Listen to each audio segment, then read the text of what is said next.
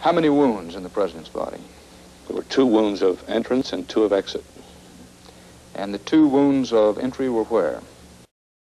One low in the right posterior scalp and one in the base of the neck on the right. Let's talk about those 2 wounds, Captain. Both of these are blow-ups from the Warren Commission report, these sets of drawings.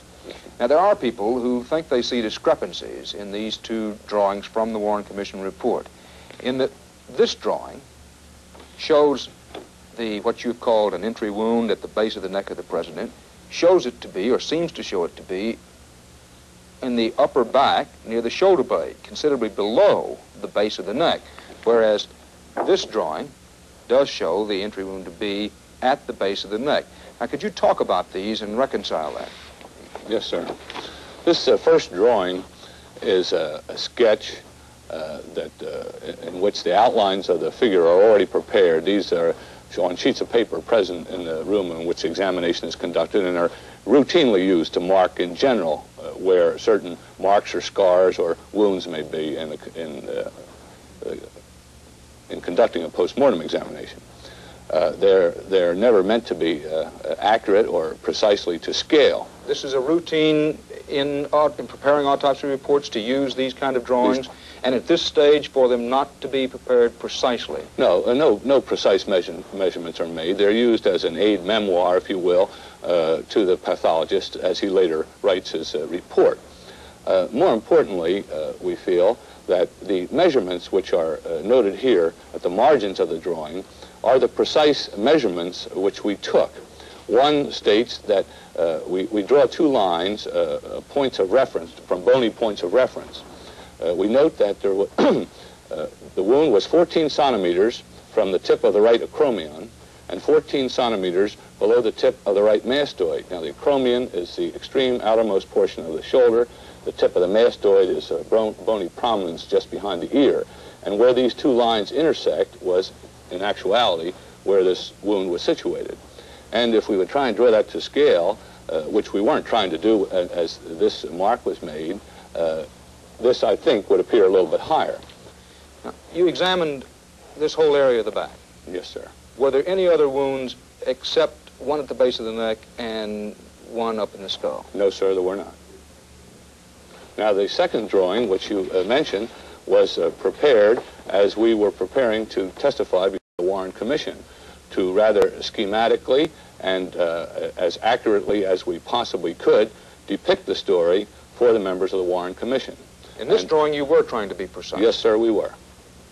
We were trying to be precise and refer back to our measurements that we had made and noted in the margins of the other drawing.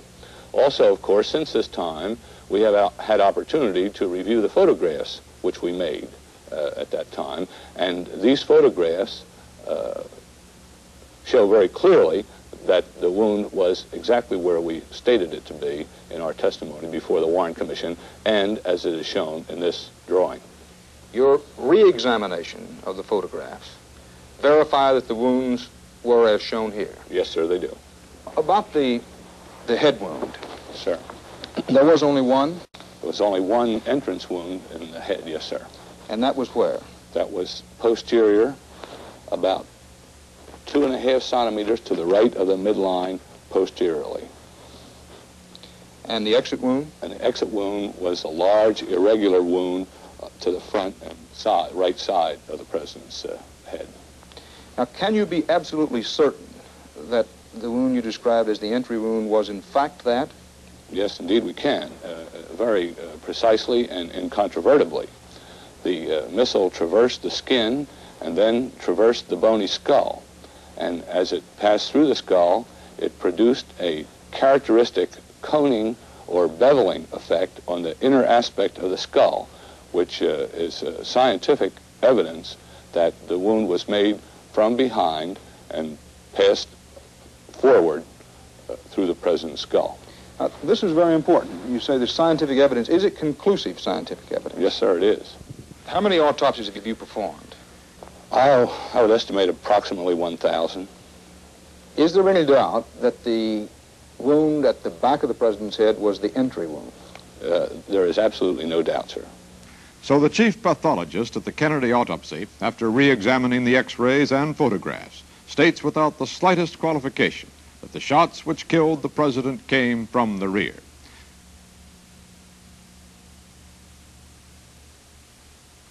Business sure is slow. Well, you have to stay ahead of the competition. That's my business.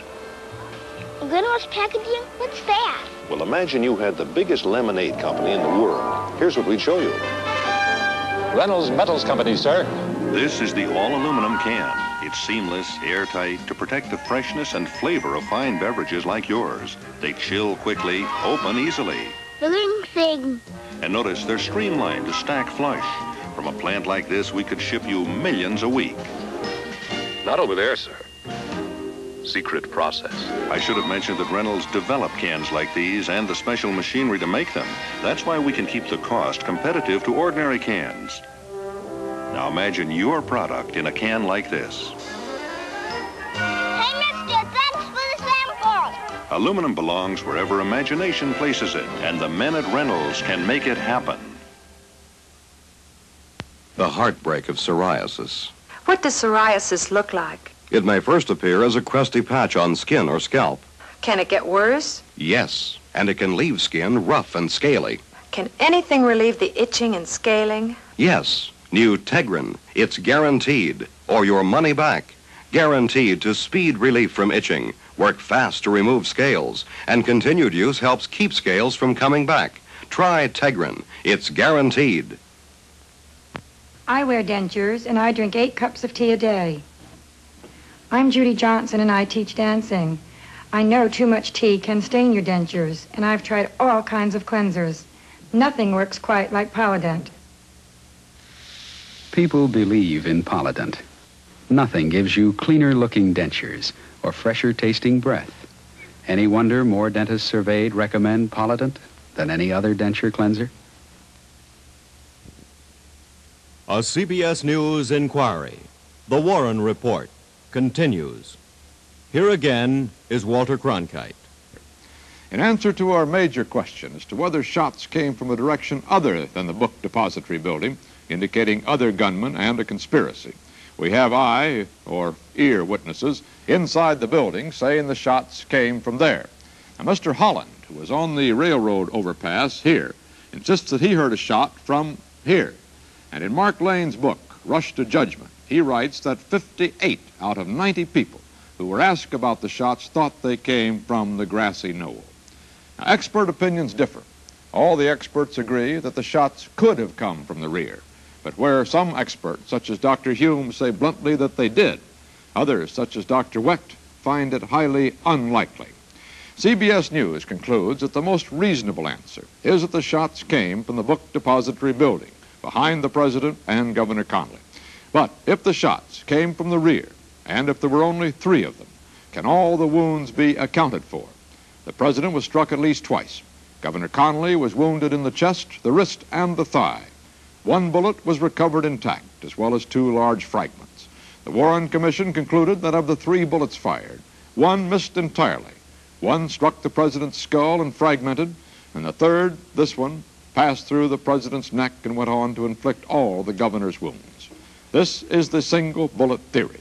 And so we must ask, could a single bullet have wounded both President Kennedy and Governor Connally?